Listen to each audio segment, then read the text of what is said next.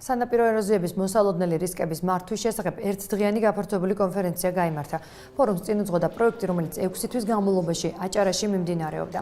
პროექტის ფარგლებში მიმდინარეობს რისკის, ზონების და მოსახლეობის დამოკიდებულების შესწავლა, ასევე მოქალაქეების ინფორმირებულობის გაზრდა. რეკომენდაციების სახელმწიფო სტრუქტურებს წარადგინა კონფერენციას სახელმწიფო სტრუქტურები, არასამთავრობო ორგანიზაციები და ბენეფიციარები ესწრებოდნენ. პროგრამა ფლორისა და ფაუნის ასოციაციამ განახორციელა. საშუალება რიგუნებზე საკმაოდ მაღალია, თავიდან ქონდა დაგეგმილი მხოლოდ აჭარის ტერიტორიაზე მონიტორინგის წარმოება, მაგრამ ვინაიდან გამოვლინდა გრიგოლეთის მწვავებანი, ჩავდედი გრიგოლეთის, განსაკუთრებით აღსანიშნავია ჩაქვის, ქობულეთის ცენტრალური ნაწილის ზოლი, სადაც ძლიერი შტორმის შედეგად შეიძლება სერიოზული ექსცესი მოხდეს. დღესაც ეს პრობლემა აქტუალური რჩება.